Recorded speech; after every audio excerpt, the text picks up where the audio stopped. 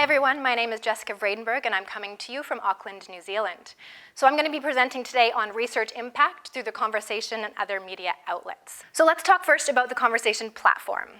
So the conversation is a network of not-for-profit media outlets publishing news stories and research reports online with accompanying expert opinion and analysis. So these articles are written by academic researchers under a free Creative Commons license, which essentially allows the reuse without modification. So their tagline is academic rigor, journalistic flair. So I'm just about to submit my 10th article for publication, and I'm the 10th most read academic at my university. My work's been read over 165,000 times and been republished across 35 publication outlets. So these republications have been through Australian Broadcast Association, Radio New Zealand, among other international outlets, and it's been read around the world with reach to the US only second to Australia.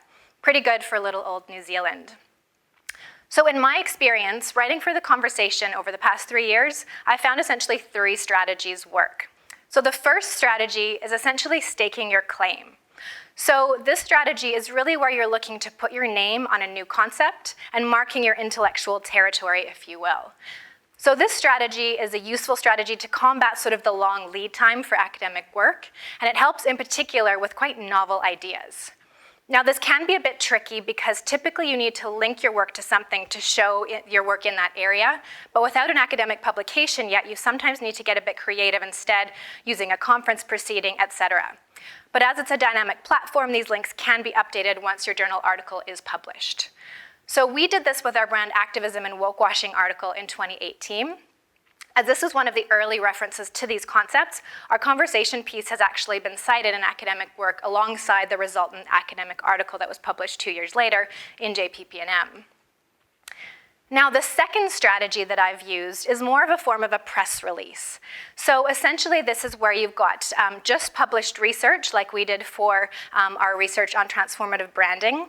So this conversation piece came out the same week as the article, so we were able to include links to the recently published work in the conversation and essentially leverage awareness of our article to a wider audience. Now, the third strategy is about staying current. So this is really where you engage with current research and link news to your research. So we wrote this article when the Black Lives Matter protests were sweeping the sports landscape. We were able to draw on our recently published research to inform this current phenomena. So if I've convinced you by now to try writing for the conversation, here's what it looks like. So first up is the pitch. So as you can see, the types of stories they're looking for does overlap with my suggested strategies. So we've got timely work, which is really staying current. We've got new research, could really be in the form of staking a claim or more of a press release kind of capacity. Now, you do also need to set up a profile LinkedIn verified through your university account, and this helps keep the reliability and trustworthiness of these articles high, as they only publish work by academics currently employed by recognized universities. So in terms of the pitch itself, this pitch can differ a little bit depending on country editors, but overall, you need to be able to basically in one sentence outline what will your article say and outline why conversation readers need to know about this. So in particular, why is this interesting or relevant or significant for a non-academic audience? And then what key points and examples will you use to support your arguments? So this is usually drawn from your own research or drawn from others that research in similar areas. Now then you go on to indicate the category you fall into in terms of the urgency of the piece and the topic, as well as the section. Now, the timeliness is important as they do like to have a variety of different timelines to work with. I've been involved in relevant now pieces that have been written and published within a day, but they also like to have more timeless articles on deck to push out when they have slightly lower period. So this may factor in as well to whether your article is accepted or not. So of course they can't only accept relevant now articles or timeless work. There does need to be an assortment. So it will necessarily depend on what's already on deck for them. So sometimes a rejection may not be to do with the pitch itself, but more to do with the articles that have already been commissioned. Now you'll sometimes get some feedback from the editor and need to work on your pitch a bit more before they agree to commission it. If you do develop a relationship with your editor, sometimes they'll actually accept pitches emailed directly to them, but this does really vary.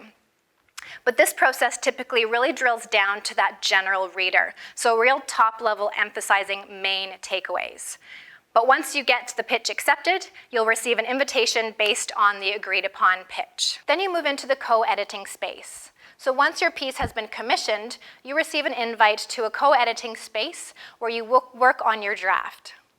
Now, a few noteworthy things about writing for the conversation include hyperlinking in text as a form of additional reading as opposed to more traditional academic referencing. And readability is really important. So simple, clear writing, essentially writing for a grade 10 audience for maximum reach is what they advise. So once you're happy with your draft, you submit to the editor, if you're the first or the sole author. Now, a bit of a strange thing about the conversation that I have a feeling they might change sooner or later is that aside from the first or corresponding author, any other authors are listed alphabetically by first name, and you're not able to change the order. I have given feedback to the conversation about this, that in academic work, author order matters, but as far as I know, this is still the case. You then engage in a revision and co-editing process until you're both satisfied with the final product. Now, you have the final say and approve the version for publication.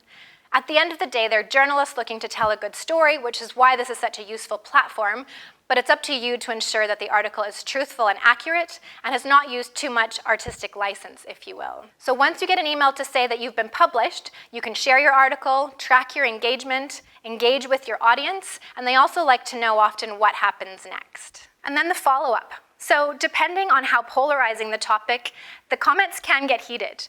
Usually it's commentators sort of engaging amongst themselves, but at times they do take aim at the article itself. So as with any media work, you need to have a thick skin when, or if, reading comments. As well, despite the conversation's advice to engage with your audience, I personally usually don't. The only time I may consider making a comment is if something is completely inaccurate or calling into question the integrity of the article or the research presented. In terms of other media outlets, writing for the conversation is a great lead-in to other media work. As it's published under free Creative Commons license, it can be republished by any outlet, thus really reaching a wide audience. Journalists and reporters may contact you directly about your research published in the conversation, or if you'd like to approach the media yourself, I would advise you liaise with your media comms advisor, if you have one, alerting them of your upcoming conversation piece that they can then circulate to local media. Of course, if you develop a relationship with media, journalists or producers, you can notify them yourself of an upcoming piece. But general media do like to have something to link to, so having an article set to be published in the conversation can be a good hook. Now, we're talking about impact, right? So how can we sort of at least measure the impact of our work from media engagement? One way is through altmetrics scores. So altmetrics tracks a range of sources to capture and collate the non-academic or media attention surrounding your work.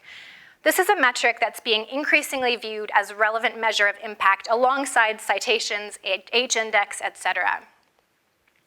So writing for the conversation and linking to your relevant research helps with your altmetrics scores. So as suggested by the conversation, you can also help increase the reach of your work by sharing on social media platforms. So shares and links to the article on Twitter, for example, also boost your altmetrics scores. So Maura and Kelly really said it best. Impactful research begins with an interesting idea. However, having impact should also involve important and meaningful work by authors after the paper is published, including translation for relevant stakeholder groups beyond academia. Thank you very much.